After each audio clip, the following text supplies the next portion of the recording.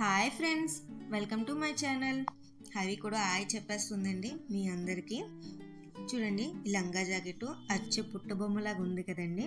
So ఈ పుట్టబొమ్మ video అయితే ఇప్పుడు మేము మీకు చూపిస్తున్నాను. ఈ లంగా జాకెట్ అన్నది నేను ఎలాగ స్టిచ్ చేశాను అన్నది ఈ ఫుల్ వీడియోలో అయితే నేను మీకు చూపిస్తున్నాను ఫ్రెండ్స్. ఇప్పుడైతే మనం వీడియోలోకి వెళ్ళిపోదాం.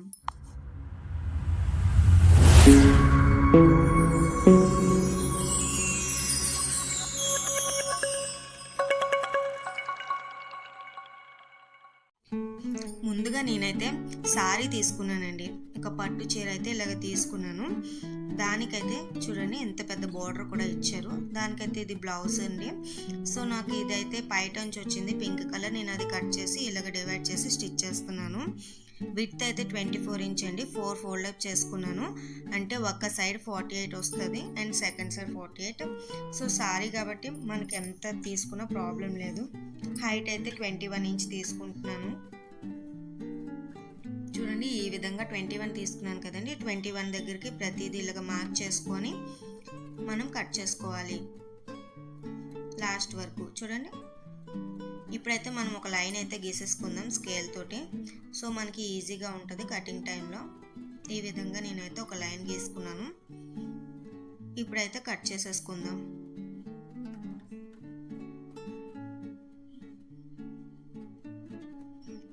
ఈ విధంగా అయితే నేనైతే కట్ చేసేసుకున్నాను. ఇప్పుడైతే చూడండి, ఇది ఇలాగ ఫోల్డప్ చేశాను కదా, ఇది 48 ఇంచ్కి సెంటర్కి ఒక కటింగ్ ఇచ్చేస్తున్నాను. మీరు కావాలంటే లైన్గా కూడా స్టిచ్ చేసుకోవచ్చు. నాకైతే కొంచెం కటింగ్ ఇష్టము, సో దానివల్ల నేనైతే కట్ చేశాను. ఇది మనం ఫోల్డప్ చేసుకొని పక్కన పెట్టేసుకుందాం. ఇప్పుడైతే లైనింగ్ అండి.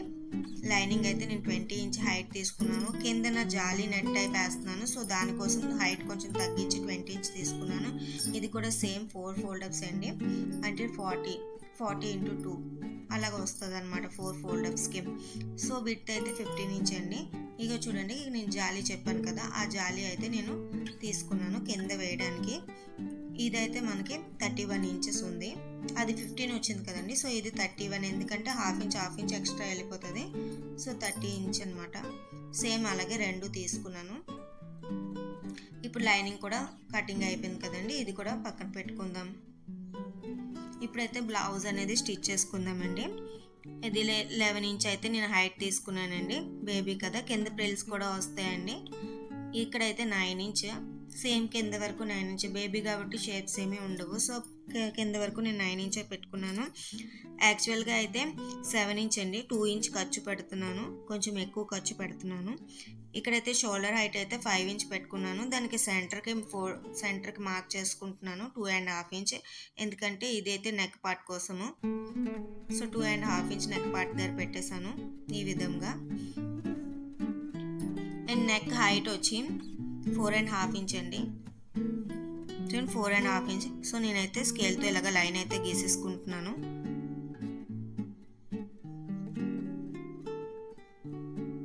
ఈ విధంగా ఇక్కడ కూడా మనం ఫోల్డప్ చేసుకున్నాం కదండి. ఈ రౌండ్ ఎంత వచ్చిందో అన్నది నేను మీకు చూపిస్తున్నాను. ఇప్పుడైతే ఈ రౌండ్ అయితే టోటల్ అయితే 8.5 అండి.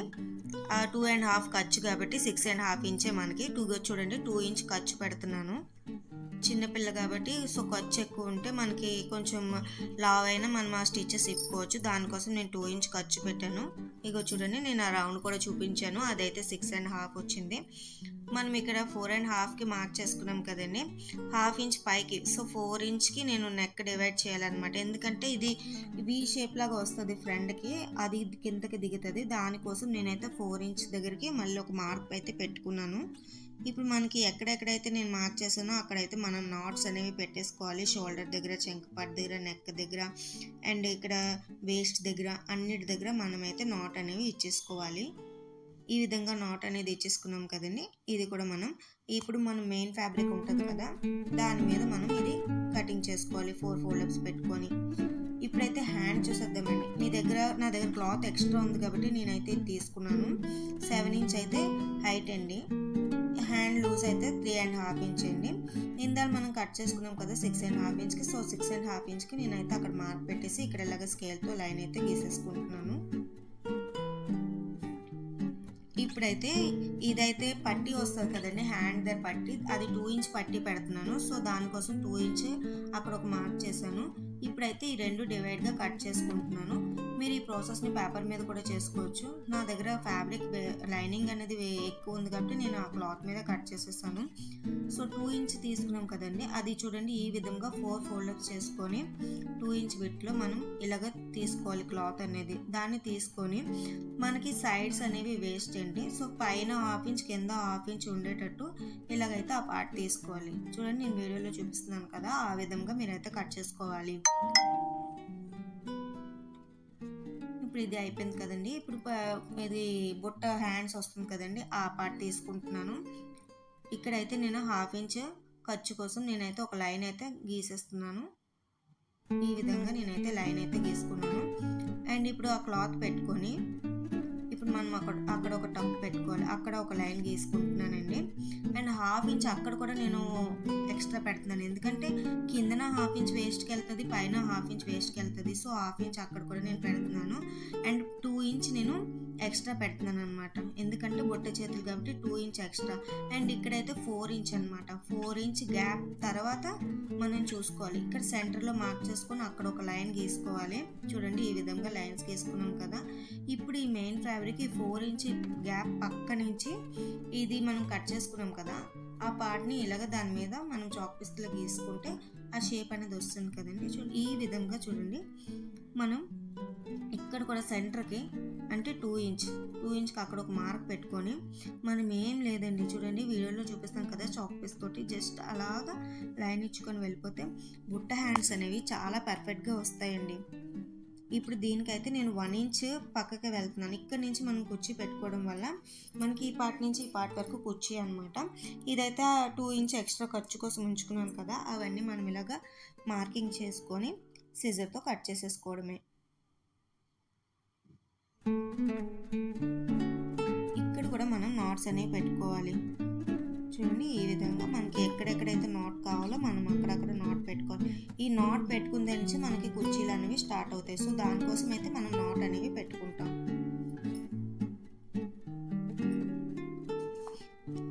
ఇప్పుడైతే మెయిన్ ఫ్యాబ్రిక్ మీద మనం ఈ క్లాత్ పెట్టుకొని కట్ చేసుకోవాలి. చూడండి ఈ విధంగా మనమైతే కట్ చేసేసుకోవాలి. 4 ఫోల్డప్స్ అండి, అది కూడా సేమ్ 2 హ్యాండ్స్ కాబట్టి. ఇప్పుడు కిందన పట్టీ వేస్తున్నాం కదా, ఆ పట్టీకి కూడా సేమ్ అలాగే 4 ఫోల్డప్స్ చేసుకొని మనం ఈ పట్టీ కూడా పెట్టుకొని పక్కన పెట్టేసుకోవాలి. ఇప్పుడైతే లైనింగ్ అండ్ మెయిన్ ఫ్యాబ్రిక్ రెండు ఈ విధంగా స్టిచ్చింగ్ అయితే చేసేసుకోవాలి. చూడండి మనం కుర్చీ పెట్టాం కదా, ఆ కుర్చీ దగ్గర నుంచి అదే నాట్ పెట్టాం కదండి, ఆ నాట్ దగ్గర నుంచి చూడండి చిన్న చిన్న కుర్చీలు, ఎంత చిన్నవైతే అంత చిన్న, ఎందుకంటే చిన్నపిల్ల కాబట్టి ఎంత చిన్న కుర్చీ వీలైతే మీకు అంత చిన్న కుర్చీ.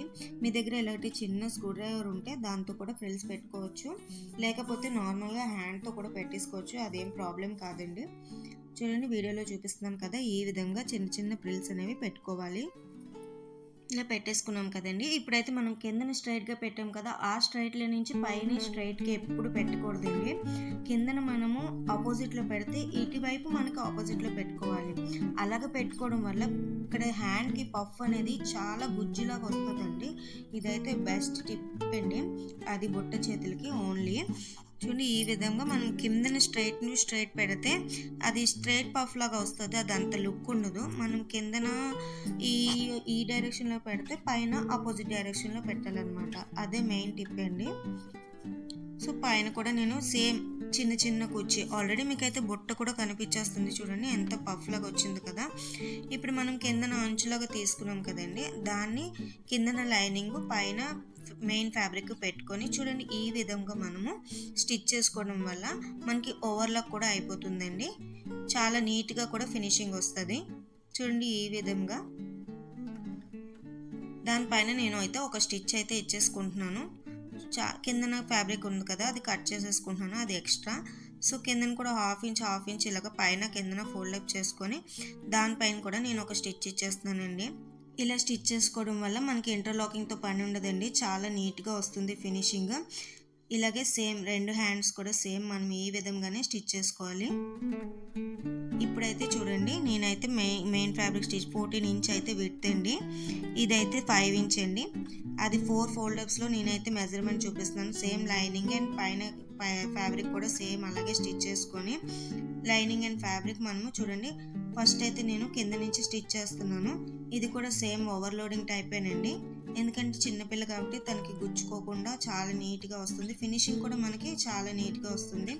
మనం ఎప్పుడు స్టిచ్చింగ్ అన్నది మన ఫినిషింగ్ బట్టే మనకి డిజైన్ అవుతుందండి. ఎప్పుడైనా సరే స్టిచ్చింగ్ మనకి వచ్చా రాదా అన్నది ఫినిషింగ్ ఒక్కటే మనకి చెప్పేస్తుంది.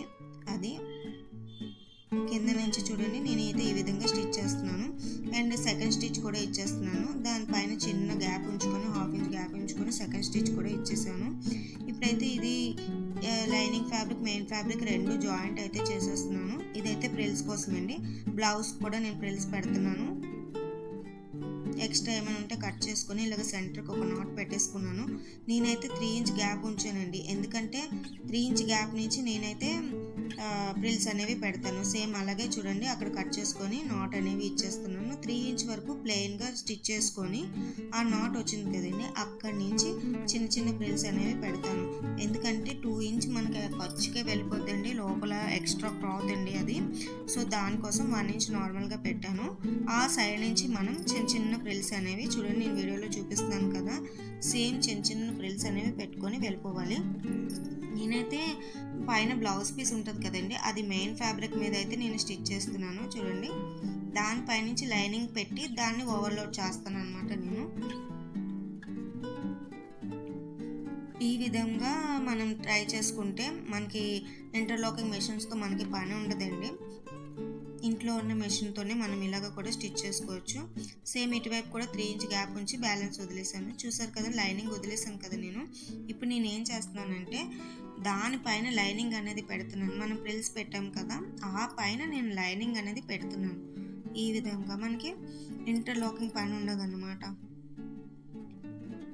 చూడండి ఈ విధంగా మనము ఇలాగ నెయిల్స్తో జస్ట్ ఇలాగ అంటే క్లాత్ అదే స్టాండర్డ్గా ఉండిపోతుంది. సో దానిపైన నేనైతే స్టిచ్ ఇచ్చేస్తున్నాను. ఇప్పుడైతే ఇది స్టిచ్ ఇచ్చేయడం వల్ల అది ఎటు కదలదు అనమాట, మనకైతే నీట్ ఫినిషింగ్గా కూడా ఉంటుంది. సేమ్ అలాగే 1/2 ఇంచ్ గ్యాప్ తోటి ఇంకో స్టిచ్ కూడా ఇస్తున్నాను. ఇలా ఇచ్చేసాను కదండి. ఇప్పుడైతే బ్యాక్కి చిప్పి చూస్తే మనకి ఏమీ కనపడదు. ఇప్పుడైతే మనము ఈ లైనింగ్ అనేది అటాచ్ చేసేసుకోవాలి. ఫ్రంట్ బ్యాక్ సేమ్ ఈ విధంగానే అటాచ్ చేసేసుకున్నాను. ఇప్పుడైతే నెక్ వచ్చేద్దాము. నెక్ అయితే 2.5 ఇంచ్ ఇచ్చాను కదండి. సో 2.5 ఇంచ్కి నేనైతే ఇక్కడ ఒక మార్క్ పెట్టేశాను అండ్ 4 ఇంచ్కి హైట్ అయితే పెట్టేశాను. ఇప్పుడైతే లైన్ తోటి ఇలాగే గీసుకుంటున్నాను.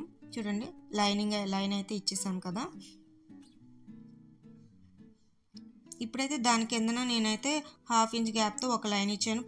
పైన కూడా 1/2 ఇంచ్ లైన్తో ఒక మార్క్ పెట్టాను. చూడండి ఈ విధంగా.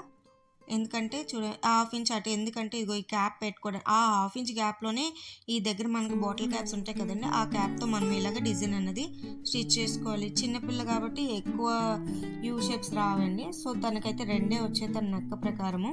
చూడండి నేను వీడియోలో చూపిస్తున్నాను కదా, ఆ విధంగా మీరైతే ఇలాగ పెన్ తోటి మార్క్ చేసుకుంటే చాలా నీట్గా వస్తుందండి ఈ నెక్ అనేది. ఎంత నీట్గా వచ్చింది కదండి. ఇప్పుడు మనము చూడండి నేను ఈ విధంగా కట్ చేసేసుకోవాలండి. కట్ చేసుకొని జాయింట్ చేసుకోవాలి. కిందన లైనింగ్ ఫ్యాబ్రిక్ పెట్టి పైన క్లాత్ పెట్టి చూడండి ఈ విధంగా మనము ఆ యూ షేప్కి మనం స్టిచ్ అనేది ఇచ్చుకోవాలి. ఎడ్జ్లో ఇచ్చుకోవడం వల్ల మనకి కటింగ్ అనేది నీట్గా వెళ్ళిపోతుందండి. ఇలా నెక్స్ట్ తిప్పేటప్పుడు మనం పేపర్ కంపల్సరీగా యూజ్ చేయాలండి. ఇలా పేపర్ యూజ్ చేయడం వల్ల మనకి నెక్ అనేది మనం ఏ షేప్లో కట్ చేస్తే ఆ షేప్లో తిరిగిపోతుందండి. అదే క్లాత్ మీద పెట్టి తిప్పితే అవి తిరగవండి. క్లాత్ మీద పెట్టి తిప్పే only round necks, square necks, V necks ఇవేనండి. దాని బదులు ఇలా పేపర్లో పెట్టుకొని మనం ఏ నెక్ క్రియేట్ చేసుకున్నా ఆ నెక్కి మనం ఒక బ్యూటిఫుల్ ఇమేజ్ అనేది ఇచ్చేవచ్చండి. చూడండి ఈ విధంగా అయితే నేను కటింగ్ చేసేసుకుంటున్నాను. ఇప్పుడైతే కటింగ్ చేసుకున్నాం కదండి. ఇప్పుడైతే మనం ఎక్కడెక్కడైతే తిరుగుతుందో అక్కడ మనం నాట్ కంపల్సరీగా ఇవ్వాలండి. నాట్ ఇవ్వలేదు అనుకోండి అది తిరగదండి. చూడండి చిన్న కట్ ఇవ్వడం వల్ల ఈజీగా తిరిగిపోతుంది. చూడండి నేను హ్యాండ్తో ఫింగర్తో ఇలాగ అంటున్నా హ్యాండ్ షేప్ వచ్చేస్తుంది. చూసారు కదా ఈ విధంగా అయితే తిరిగిపోయింది. దీనిపైన అయితే నేనైతే స్టిచ్ ఇచ్చేస్తున్నాను.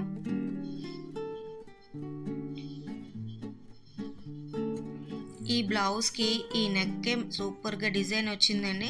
నేనైతే లేస్ అన్నీ కొన్నాను కానీ నాకైతే అంత లేస్ అన్నది వేస్తే అదొకలా కనిపించిందండి. ఈ వర్క్ తోటి నాకు డబుల్ వర్క్ అయిపోయింది. నాకు ఈ నెక్కే ఎందుకో నచ్చింది.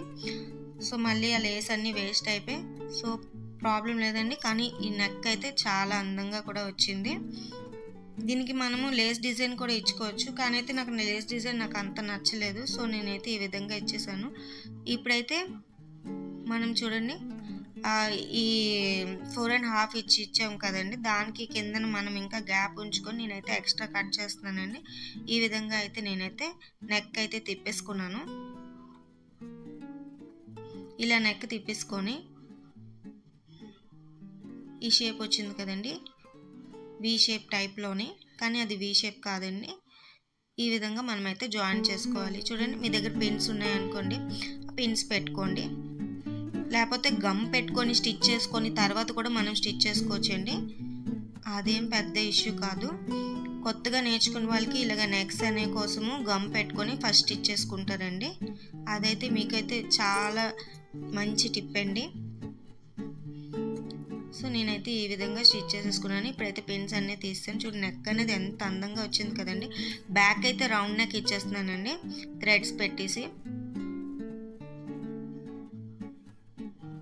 డోరీ డిజైన్ మీకు కావాలంటే నా ఛానల్లో నేను అప్లోడ్ చేశానండి. మీరు కావాలంటే అది ఒకసారి చూడండి, మీకు నచ్చుతుంది.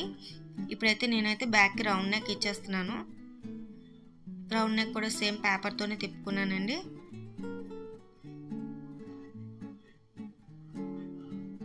ఇలా కట్ చేసుకున్నాం కదా, దీనికి కూడా సేమ్ మనం కట్స్ అనేవి ఇచ్చేయడం వల్ల ఈజీగా తిరిగిపోతుందండి. చూడండి, రౌండ్ షేప్ అన్నది ఎంత నీట్గా వస్తుందో.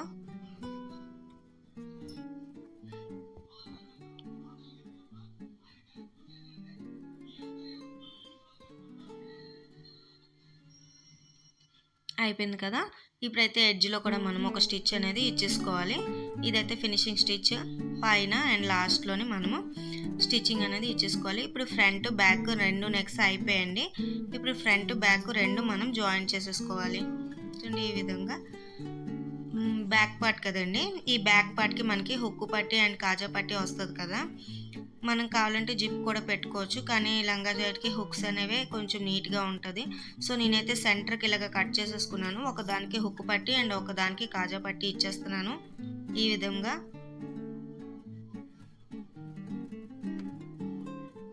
చూడండి, లోపల నుంచి ఇలాగ ఫోల్డప్ చేసుకోవడం వల్ల మనకి చాలా నీట్ ఫినిషింగ్ వస్తుందండి. నేనైతే ఇది కాజా పట్టి ఇస్తున్నాను. ఒక సైడ్ కాజా పట్టి అండ్ ఒక సైడ్ హుక్ పట్టి అండి. ఇలాగ స్ట్రైట్గా స్టిచ్ చేసేసుకున్నాం కదా. ఇక్కడైతే మనం ఫోల్డప్ చేసుకోవాలి. కాజా పట్టి కదండి, 2 లైన్స్ వస్తుంది, ఆ సెంటర్లో కాజా వస్తుంది మనకి. అయిపోయిందండి. ఇప్పుడైతే హుక్ కూడా సేమ్ అలాగేనండి, ఒక ప్లెయిన్ క్లాత్ తీసుకొని ఇలాగా స్టిచ్ చేసుకోవాలి. స్ట్రైట్ అండి, ఎక్కడ మనము ఇది చిన్న ఇది పెట్టడం అవి ఏమీ లేవు. స్ట్రైట్ క్లాత్ మనం ఇలాగ రివర్స్ తిప్పేసుకోవడమే.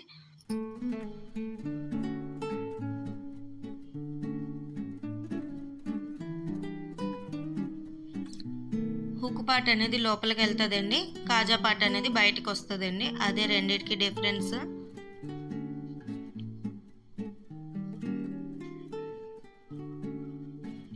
అయిపోయిందండి, హుక్ పార్ట్ కాజా పార్ట్ రెండు అయిపోయి. చూడండి, నీట్ ఫినిషింగ్ వచ్చింది కదా. ఇప్పుడైతే మనం డాట్స్ అనేవి వేసుకోవాలండి. ఫ్రంట్ దానికి వేసుకోవాలి, బ్యాక్ దానికి వేసుకోవాలి, సేమ్ అలాగే.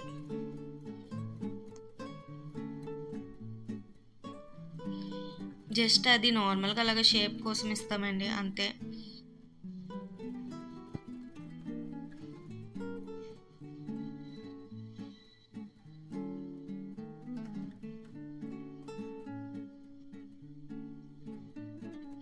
ఇలా స్టిచ్ వేసుకున్నాం కదండి. ఇప్పుడైతే మనం ఫ్రంట్ పార్ట్ బ్యాక్ పార్ట్ రెండు జాయిన్ చేసేసుకోవాలి ఈ విధంగా.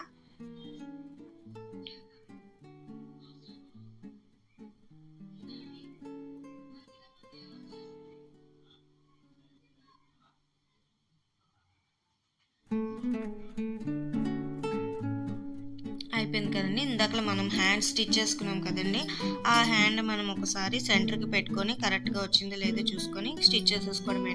నాకైతే కరెక్ట్గా వచ్చింది, సో నేనైతే డైరెక్ట్గా స్టిచ్ చేసేస్తున్నాను.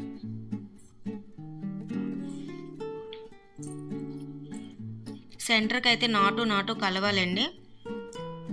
చూడండి ఈ విధంగా హ్యాండ్ పార్ట్ అనేది స్టిచ్ చేసేసుకున్నాను. సేమ్ అలాగే సెకండ్ హ్యాండ్ కూడా స్టిచ్ చేసుకోవాలి. ఇప్పుడు అయిపోయింది కదండి. ఇదైతే నేను బయట నుంచి, అంటే ఆ మెయిన్ ఫ్యాబ్రిక్ ఉంటుంది కదా, బయట నుంచి చూడండి ఓపెన్ సైడ్ నుంచి ఇలాగ స్టిచ్ చేసుకుంటున్నాను. ఇలా స్టిచ్ చేసుకొని రివర్స్లో తిప్పి స్టిచెస్ ఇచ్చుకోవాలన్నమాట. దానివల్ల ఇంటర్లాకింగ్తో మనకి ప్రాబ్లం ఉండదు, నీట్గా కూడా ఉంటుంది. చిన్నపిల్ల కదా, తనకి గుచ్చుకోవడం అలాంటివి ఏంటి జరగవు. చూడండి ఈ విధంగా ఎంత నీట్గా వచ్చింది కదండి. తన హ్యాండ్ సైజ్ అయితే మనం 3.5 కదా, ఆ 3.5ది మనం చూసుకొని ఎగ్జాక్ట్గా మనకి ఎంత క్లాత్ ఉంటుందో అంత క్లాత్ నుంచి మనం స్టిచెస్ వేసుకోవడమేనండి. ఈ విధంగా మనకి ఎన్ని స్టిచెస్ కావాలంటే మనకున్న క్లాత్ బట్టి మనం అన్ని స్టిచెస్ వేసుకుంటామండి. నేనైతే 3 స్టిచెసే వేస్తాను. సేమ్ సెకండ్ పార్ట్ కూడా మనం అలాగే స్టిచ్ చేసుకోవాలండి. చూడండి ఇలాగ వచ్చింది మెయిన్ పార్ట్ అయితే, బ్లౌజ్ పార్ట్. ఇప్పుడైతే కిందన లంగా ఎలా కుట్టుకోవాలో చూద్దాం. మనం ఈ జాలి కుట్టుకున్నాం కదండి, ఆ జాలి కట్ చేసుకున్నాం కదండి, ఆ జాలిని మనం ఇలాగ క్లాత్కి అయితే అటాచ్ చేసుకోవాలి. ఈ విధంగా కిందన కూడా నేనైతే ఇలాగ చూడండి ఆ లైనింగ్ ఫ్యాబ్రిక్ ఉంది కదా, దాన్ని అయితే అటాచ్ చేస్తున్నాను. ఎందుకంటే గుచ్చుకోకుండా ఉంటుంది పిల్లలకి, సో దానికోసం అని నేను ఇలాగ క్లాత్ అనేది జాయింట్ చేస్తున్నాను.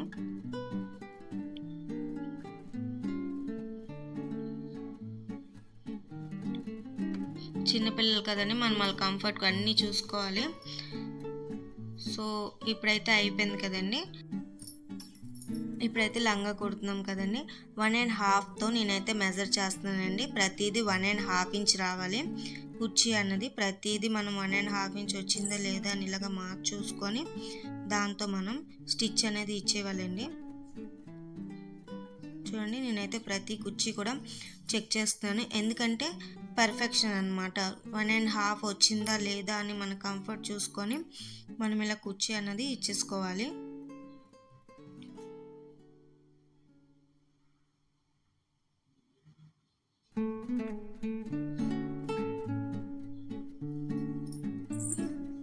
మొత్తం పార్ట్ అంతా కూడా నేను ఇలాగే ఇస్తున్నానండి. చూడండి మొత్తం 1.5 ఇంచ్తో అయిపోయింది కదండి, క్లోజ్ చేస్తాను. ఇప్పుడైతే కింద హైట్ అయితే నేనైతే 4 ఇంచ్, చూడండి 4 ఇంచ్కి ఈ విధంగా ప్రతిదీ మార్క్ చేసుకుంటున్నాను. ఇలాగ 4 ఇంచ్ మార్క్ చేసుకొని మనకి ఎగ్జాక్ట్గా చూడండి స్ట్రైట్ లైన్ రావాలి. సో స్ట్రైట్గా మనకి వచ్చిందా లేదా అని కన్వీనియంట్ చూసుకొని స్టిచ్ చేసుకోవాలి.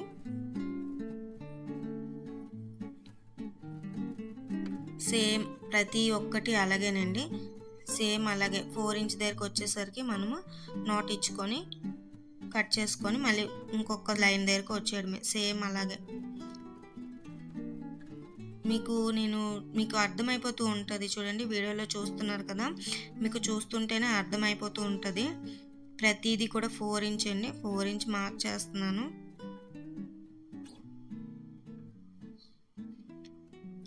సేమ్ లాస్ట్కి వచ్చామండి, ఇది కూడా సేమ్ 4 ఇంచ్కి సేమ్ అలాగే స్టిచ్ చేసుకోవాలి. అయిపోయిందండి. ఇప్పుడు కింద మనం ఇందాక లైనింగ్ జాయిన్ చేసుకున్నాం కదండి, ఆ లైనింగ్ అన్నది మనం చిన్న చిన్న కుర్చీ ఇస్తూ లైనింగ్ ఫ్యాబ్రిక్ అన్నది అటాచ్ చేసి ఇవ్వాలండి. మనం కింద నెట్ ఫ్యాబ్రిక్ పెట్టాం కదండి, ఆ జాలీ లాంటిది, దానివల్ల మనకి లంగా అన్నది స్టిఫ్నెస్ వస్తుంది అనమాట, కొంచెం బొట్టలా కనిపిస్తుందండి. ఇది బొటిక్ వాళ్ళు వాడతారు, నేను కూడా అలాగే వాడాను. Same front and back part అలాగే స్టిచ్ చేసుకోవాలి. ఈ విధంగా వచ్చింది కదండి. పైన అయితే నేను ఒక పట్టీ టైప్ లాగా పెడుతున్నాను. చూడండి ఈ విధంగా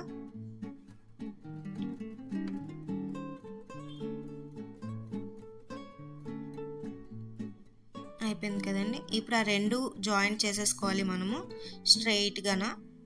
మీకు ఇలాగ లేదు అనుకుంటే నేనైతే సెంటర్ కట్ చేశాను కాబట్టి నేను అయితే ఇలాగ జాయింట్ చేసుకుంటున్నాను. మీరు కట్ చేసుకోకపోతే డైరెక్ట్ లైన్గా కూడా స్టిచ్ చేసుకోవచ్చు, ప్రాబ్లం లేదండి.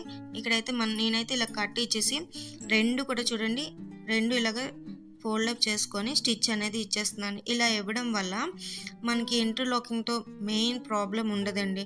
ఇది కానీ మనము ఇంటర్లాకింగ్ ఇవ్వలేదనుకోండి, ఇది చూడండి అప్పుడే దారాలు దారాలు ఎలాగ వచ్చేస్తున్నాయి చూడండి ఇది ఈ పీస్కి. సో మనం దీనికి మటుకు కంపల్సరీగా ఇంటర్లాకింగ్ ఉండాలి. సో దానికి మనకి ఇంటర్లాకింగ్ లేని టైంలో మనము ఈ విధంగా స్టిచ్ చేసుకున్నా కూడా ప్రాబ్లం లేదండి.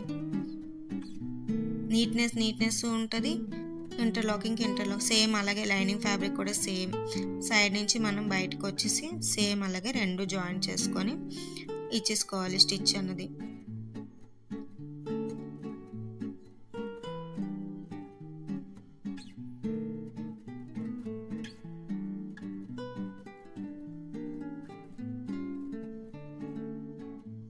ఇలా అయితే స్టిచ్ చేసుకున్నాను కదా, సేమ్ అక్కడ కూడా మనం అలాగే స్టిచ్ చేసుకొని ఇప్పుడైతే నేనైతే చిన్నపిల్ల కాబట్టి నేనైతే ఎలాస్టిక్ పెట్టేస్తానండి. ఈ విధంగా ఎలాస్టిక్ పార్ట్ కోసం నేనైతే ఇలాగ స్టిచ్ చేస్తున్నాను. ఆ గ్యాప్ ఉంది కదండి, ఆ గ్యాప్లోంచి నేనైతే ఎలాస్టిక్ అనేది పెట్టేస్తాను.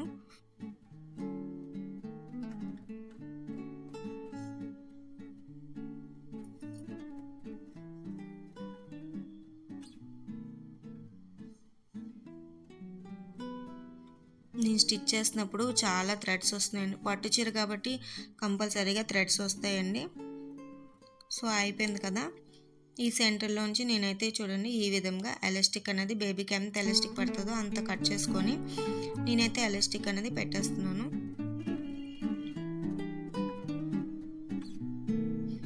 ఈ ఎలాస్టిక్ 2 ఇక్కడైతే నేనైతే జాయిన్ చేసేస్తున్నాను.